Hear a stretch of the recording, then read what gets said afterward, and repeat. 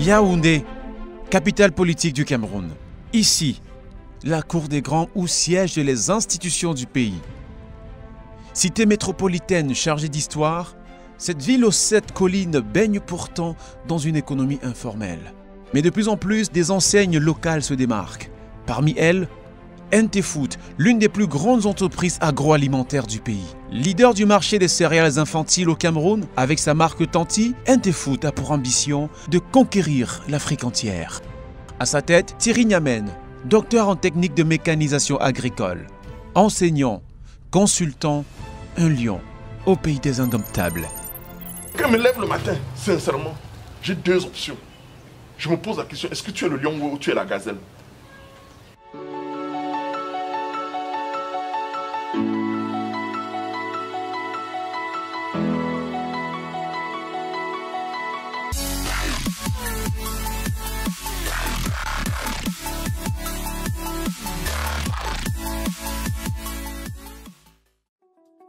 Un jour flambant neuf se lève sur Yaoundé, la ville aux 7 collines. Dans la moiteur du petit matin, un homme qui court. Il s'appelle Thierry Niamen, patron de NT-Food, entreprise de transformation des produits agricoles. Connu pour sa marque Tanti qui s'est spécialisée dans les céréales infantiles, NT-Food, c'est d'abord un manager inébranlable. L'homme creuse sa tombe avec ses dents. 20 ans après l'évolution de Tanti, on se pose des questions. Comment est-ce que je pouvais traverser toute la ville pour chercher à aller vendre une bouteille d'huile où je ne gagnais pas 100 francs?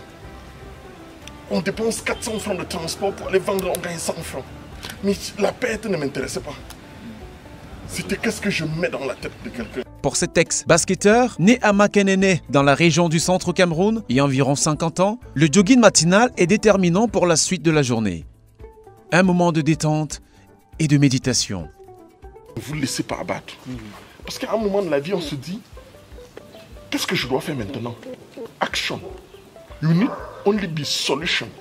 You must be a solution provider. If you are not the solution, even if you are not the part of the problem, you must be the solution. Et quand tu fais ça, tu dis, waouh, j'en te regarde, on dit, est-ce que ça va? Tu dis, oui, ça va. Est-ce que ça va? Oui, ça va. Ne jamais pleurer. Mais le pays ne donne pas. Tu dis, quoi? Attends, il n'y a pas plus beau pays qu'ici. Tu rentres, tu mouilles le tapioca, tu es tranquille, propre. Dans ton petit déjeuner, on ne sait pas que tu n'as pas mangé depuis le matin. Comment ça va? Yes! Ça veut dire que tu appelles le succès vers toi. Ce qui m'intéresse, c'est l'homme.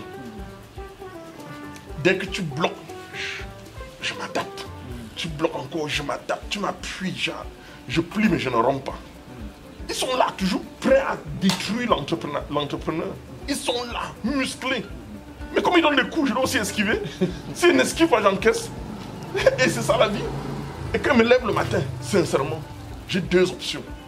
Je me pose la question, est-ce que tu es le lion ou tu es la gazelle? Le lion, c'est parce que j'ai faim, donc il doit aller manger. Et s'il doit manger, c'est qui? C'est la gazelle, donc je poursuis. Ou alors je me dis que la gazelle, donc il y a des lions qui me poursuivent. Qu'est-ce que je fais? Je fuis. Après ce rituel auquel s'adonne régulièrement l'entrepreneur, la journée peut démarrer de plus belle. Messa Mendongo, cité de la paix. C'est dans ce quartier, situé dans le 4e arrondissement, à quelques kilomètres du centre-ville, que Thierry Niamen a bâti son empire. Ce matin-là, le père de Tanti a rendez-vous comme il est de coutume avec ses nombreux stagiaires. Il est question de les soumettre à une petite séance de coaching avant de les déverser dans les unités de l'entreprise. Avec ses employés, pas de protocole. La formule ici, c'est le management de proximité. C'est d'ailleurs pour cela que de nombreux stagiaires accourent à chaque fois pour bénéficier des enseignements du coach Thierry Niamen. Comme le témoigne Raïssa Modo, étudiante en audit et contrôle de gestion à l'Université catholique d'Afrique centrale. Je trouve que le manager, il est quelqu'un d'ouvert, il écoute. Et je trouve que c'est très bien pour l'entreprise. Parlant des collègues, je dirais que le climat social est convivial. Je me suis facilement intégrée au sein de la structure et je suis à mon aise. Un management qui a porté des fruits et a permis à l'entreprise de faire un saut en longueur en 2 décennies d'existence. Il faut comprendre que le management de proximité a quelque chose de fabuleux. C'est que vous avez la bonne information. Il faut éviter d'être seulement légal, il faut être légitime. Et la légitimité, c'est quand les gens vous acceptent tel que vous êtes. Et un chef ne fait pas. Il ne laisse pas faire, il fait faire. Ça veut dire qu'il doit être à côté. Et chez nous, c'est donner la possibilité à tout le monde de s'impliquer et de casser un peu les barrières. On nous a trompé un peu avec ce mythe de le DG, le PDG, des gens ont même ajouté PDGF, si vous ne savez pas. Ce qui fait que derrière cela se cache le faroteur qui est toujours avec de l'argent, comme si les gens étaient des affamés. Non, les gens ne sont pas des affamés. Tout le monde a de la valeur. Et vous ne savez pas ce qu'on gagne quand on célèbre un de ses collaborateurs. Je peux, comme on dit au quartier, Charlos avec une stagiaire. Ça ne fait pas de moi moins que rien. Je donne plutôt la possibilité d'éclore un peu son génie. Créée il y a 20 ans, la marque Tanti est présente dans plus de 1500 points de vente à travers le territoire camerounais. Si elle est surtout connue pour sa bouillie enrichie au soja ou aux arachides, Tanti a depuis donné naissance à 5 gammes et une vingtaine de produits au rang desquels des snacks et des suppléments nutritionnels. Quand on a commencé avec une seule gamme qui était Tanti, et c'était juste englobé pour bébés, pour adultes, tout le monde se mélangeait dedans. Mais après, on s'est dit, mais pourquoi ne pas décliner cette gamme-là? C'est là où on a décliné, on a sorti Tanti Reine, qui est strictement pour les bébés.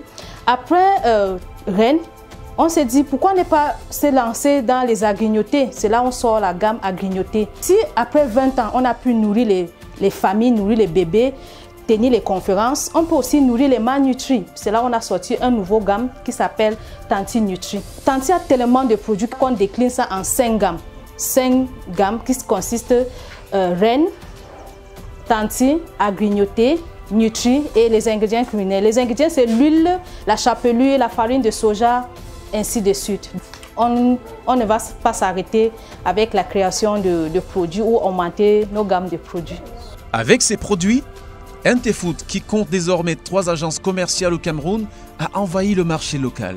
L'entreprise, qui emploie une 50aine de personnes, s'est dotée d'une force de vente dynamique, adepte d'une Made in Cameroun pour s'imposer dans les rayons des supermarchés.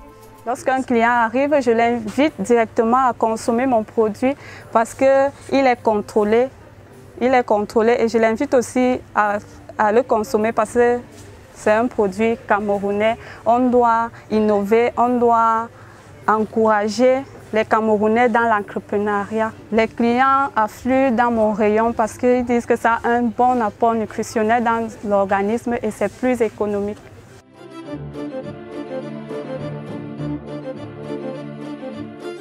Petite incursion dans cette unité de conditionnement des produits Tanti.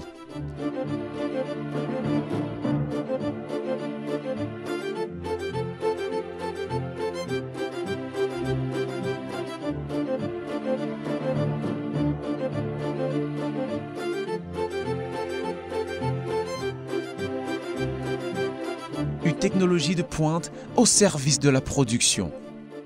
Des automates qui se donnent corps et âme du matin jusqu'au soir. Empaquetage, pesage, étiquetage.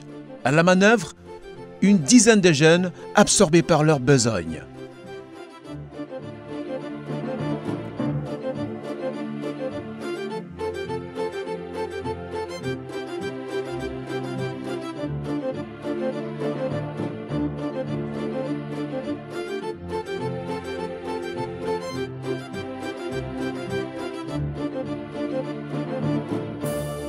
Si l'entrepreneur a davantage misé sur la qualité des produits, l'emballage aussi n'est pas à négliger.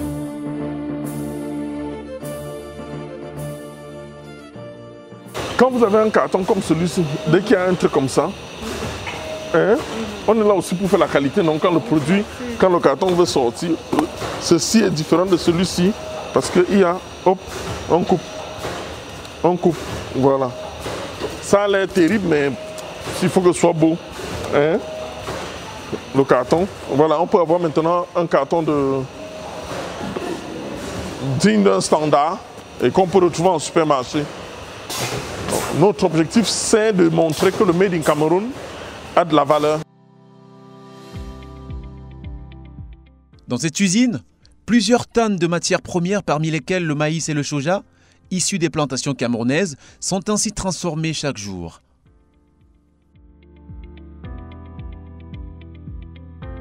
Nous sommes ici dans notre unité de conditionnement dont nos matières premières sont locales, c'est-à-dire qui viennent du Grand Nord, tous les bassins de production.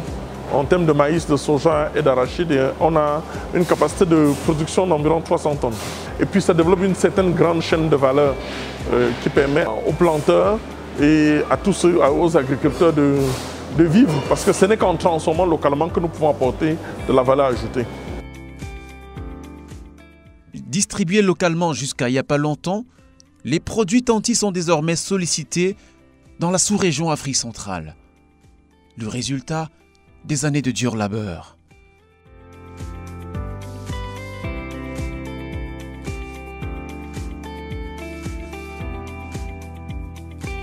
Au niveau de la sous-région, nous avons une commande là qui va vers le Congo. Nous sommes en train d'aller pas à pas et on estime que nous allons faire un pas, gagner le pas pour pouvoir conquérir de nouveaux marchés. Parce que notre vision reste là, être une référence dans la transformation des produits agricoles en Afrique centrale. J'espère qu'on y arrivera.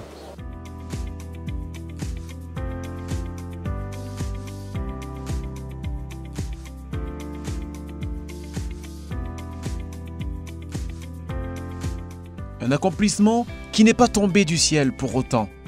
En effet, après son baccalauréat, obtenu au lycée classique de Bafoussam vers la fin de la décennie 80, Thierry Niamen va décrocher une bourse pour étudier en Ukraine.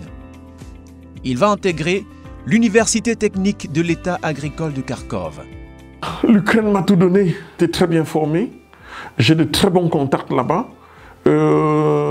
10 ans, 15 ans après, quand j'appelle mon directeur de thèse, le professeur Ivan Vassilievich Marozov, il n'a pas besoin de connaître que je me présente. Dès que j'appelle, il commence par dire Thierry. C'est un pays qui m'a tout appris, qui m'a appris à me battre, qui m'a appris surtout le respect de l'être humain et de montrer que vous pouvez être dans un même bus avec un professeur agrégé et cela ne fait pas de lui un moindre homme. C'est un pays qui m'a surtout appris que la valeur familiale, la valeur de la famille, parce que j'ai vu comment les gens savent aimer, l'amour, aimer son ami, et d'être dit à son ami, je suis fier de toi. Donc c'est un pays qui m'a appris toutes ces éloges. Dans ce pays d'Europe orientale, le jeune exilé académique, comme tout bon entrepreneur, va faire de petits boulots pour gagner sa vie. J'étais le premier noir à vendre dans un marché russe. Avec de façon officielle, je vendais les sous-vêtements femmes, je vendais en gros, je gagnais beaucoup d'argent. Il reviendra de là en 1999, nanti de son doctorat en technique de mécanisation agricole, et avec sa machine à produire la poudre d'arachide fabriquée pour sa thèse. Le plus beau souvenir, c'est quand je passe à la première chaîne de télévision russe, où il y a 200 millions de téléspectateurs, et je présentais la machine que j'avais inventée. C'était quelque chose d'extraordinaire, de savoir qu'un noir peut gagner de l'argent juste parce qu'il va intervenir sur une chaîne de télé. Et je présentais comme ça aussi dans une foire internationale la machine que j'avais fabriquée. C'est alors que commence pour lui le plus dur des calvaires, la recherche d'un employeur providentiel. Doctorat en poche, Thierry Niamen peine à décrocher un CDI. Il va déposer jusqu'à 750 demandes d'emploi sans jamais apercevoir l'ombre d'un entretien d'embauche. À quoi sert le niveau intellectuel? Vous savez, malheureusement, chez nous, les gens parlent de niveau, les gens parlent de doctorat. Ça ne sert à rien d'appeler quelqu'un docteur s'il n'est pas capable de réaliser quelque chose. De guerre lasse, il va jeter l'éponge. Il va mettre à son service sa machine de fabrication de pâtes d'arachide, seule relique de son odyssée estudiantine en Ukraine. Thierry Niamen va commencer à vendre du riz accompagné de sa pâte d'arachide, sous le regard moqueur de son entourage, choqué par ce qui était jusque-là le sort d'un intellectuel revenu d'Europe. Les critiques, j'en ai tellement essuyé. Mais toutes ces critiques, c'est plutôt du carburant pour moi. C'est une énergie extraordinaire qui se développe en moi quand je me sens entre guillemets humilié, parce que c'est un peu comme chez nous dans le pays, on dit les chinoiseries. Mais tous ceux qui parlent de ça ne sont jamais allés en Chine. S'ils partent en Chine, ils vont fermer la bouche. Et vous savez, la force des grandes personnes, c'est d'être capable de rester humble. Et l'humilité n'est pas synonyme de faiblesse. Donc je me sentais très à l'aise parce que j'avais à montrer à des gens que un doctorat n'a de valeur que si on peut l'appliquer et faire quelque chose. En réalité, je ne fournissais aucun effort particulier d'aller vendre mon riz sauce d'arachide dans le pouce. Je me souviens d'autres chaînes de télé et ont filmé, je ne sais pas si c'était pour de l'ironie, mais moi ça ne me gênait aucunement pas. Ça ne me gênait aucunement pas parce que j'ai un objectif. Mon objectif, c'était de donner un sens à ma vie, c'était de démontrer que j'ai un produit merveilleux. Et face à la réticence des femmes à acheter sa poudre d'arachide pour leur sauce, Thierry Niamen va la détourner de cette fonction de départ pour l'associer à de la bouillie. Ainsi, naîtra la marque Tanti, désormais leader dans le marché des céréales infantiles au Cameroun.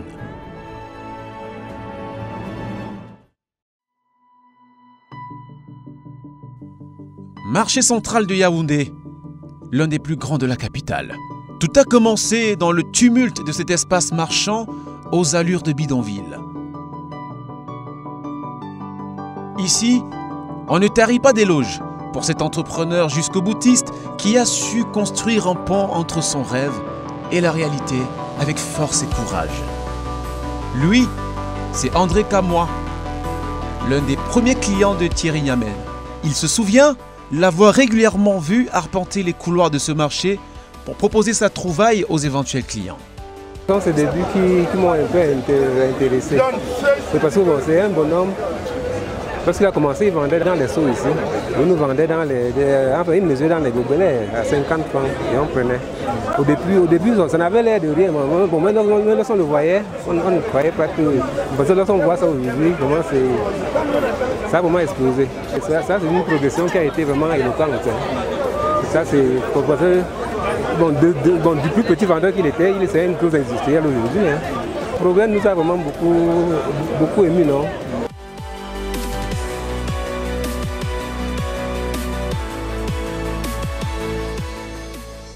Dans sa nouvelle casquette d'entrepreneur à l'époque, Thierry Niamen va même recruter sa mère, toute première employée NT Food qui lui file un coup de main de temps à autre.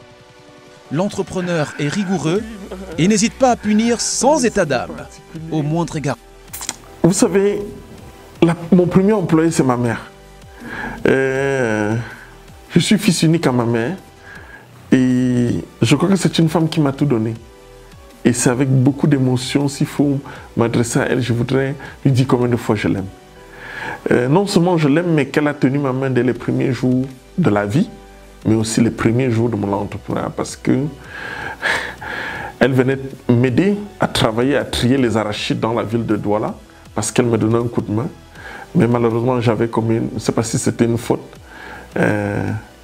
Elle a manqué le travail en allant à la tontine plusieurs fois. Je lui ai donné 8 jours de mise à pied pour absence injustifiée. Je n'avais même pas encore d'imprimante, j'ai écrit ça avec le stylo. Je crois que la famille s'est réunie pour me donner des injonctions et de me dire que mon système européen, là, il faut que je garde ça à la maison. Mais ça n'a rien perturbé chez moi. Et je crois qu'on a eu 3-4 jours de bruit. Elle a compris qu'il fallait juste qu'elle se mette.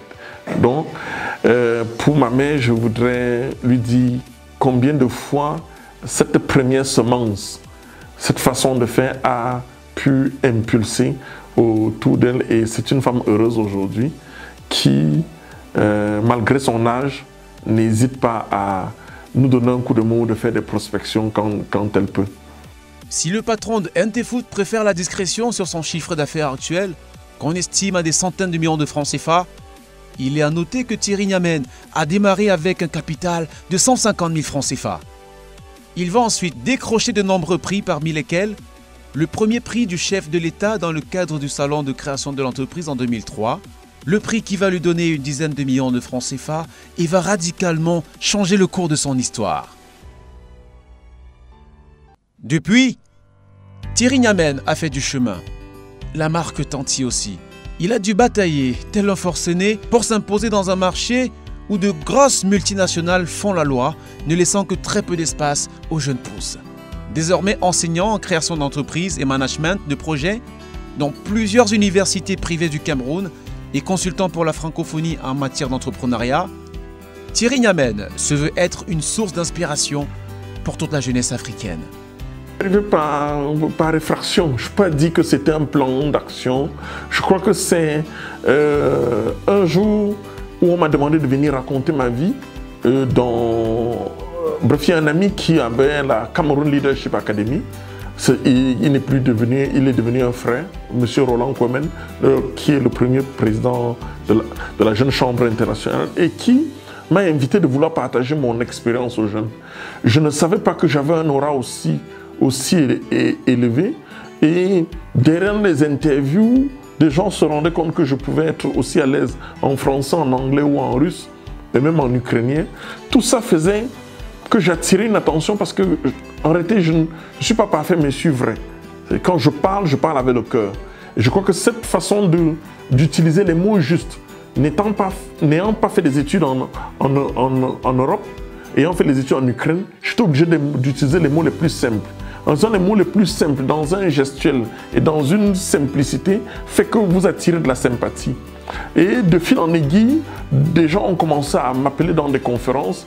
Et voilà qu'un jour, ce sont même des étudiants qui m'ont réclamé au niveau de l'université catholique, là où j'ai commencé à faire des conférences. Et je crois que c'est tout ça qui fait que quand on tape sur YouTube ou on tape sur Google et on retrouve votre nom dans un certain nombre de domaines, puisque je n'interviens pas quand on ne parle pas d'économie ni d'entrepreneuriat. Quand c'est politique, je ne m'en sors pas. Ce n'est pas un domaine dans lequel j'excelle. Je ne parle que des sujets pour lesquels j'ai une certaine maîtrise, pour lesquels je peux défendre mes arguments. Et la passion pour les jeunes, la passion de tenir la main à une autre personne, le bien, j'ai l'habitude de dire, je n'ai aucun problème de faire la publicité d'un concurrent camerounais. Parce qu'en réalité, le vrai concurrent n'est pas camerounais.